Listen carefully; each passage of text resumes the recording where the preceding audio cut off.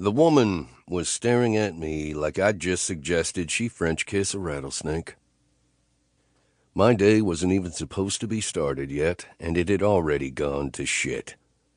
I blamed her, and her asshole sister, Tina.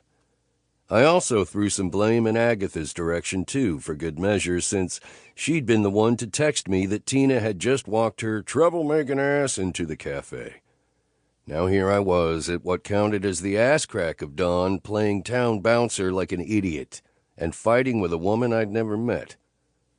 Naomi blinked at me like she was coming out of a fog. "You're kidding me, right?"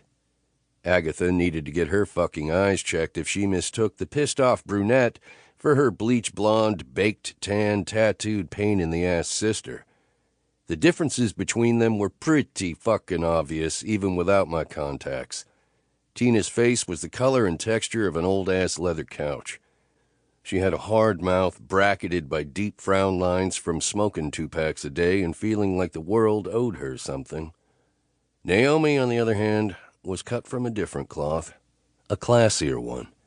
She was tall like her sister, but instead of the crispy, fried look, she went in the Disney princess direction with thick hair the color of roasted chestnuts.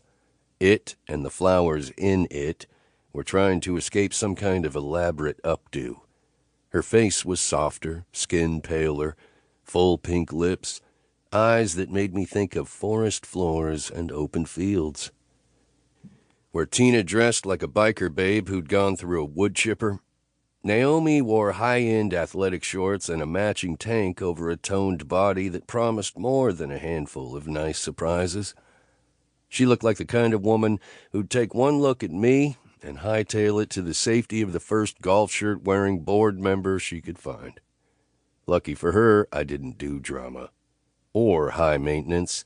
I didn't do doe-eyed princesses in need of saving. I didn't waste my time with women who required more than a good time and a handful of orgasms.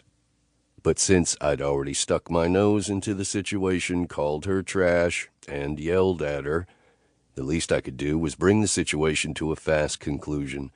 Then I was heading back to bed. "No, I'm not fucking kidding you," I stated.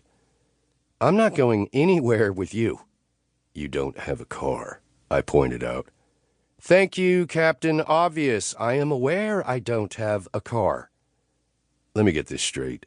You're a stranger in a new town, your car disappears, and you're turning down the offer of a ride because you stormed into a cafe and screamed at me. Then you chased me down and you're still yelling. I get in a car with you and I'm more likely to get chopped into pieces and scattered about in a desert than end up at my destination."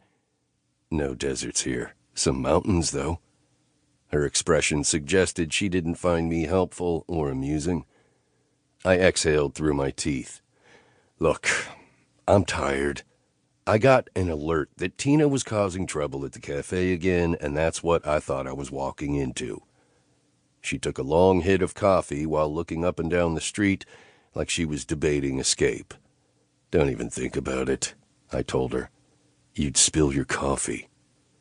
When those pretty hazel eyes went wide, I knew I'd hit the mark. "Fine. But only because this is the best latte I've had in my entire life. And is that your idea of an apology? Because just like the way you ask people if something's wrong, it sucks." It was an explanation. Take it or leave it. I didn't waste time doing things that didn't matter, like making small talk or apologizing. A bike roared up the street with Rob Zombie blaring from the speakers, despite the fact that it was barely 7 a.m. The guy eyed us and revved his engine. Wraith was knocking on 70 years old, but he still managed to nail an astronomical amount of tail with the whole tattooed silver fox thing he had going on. Intrigued, Naomi watched him with her mouth open. Today was not the day little Miss Daisies in her hair would take a walk on the wild side. I gave Wraith the fuck-off nod, snatched Naomi's precious coffee out of her hand, and headed down the sidewalk. "Hey,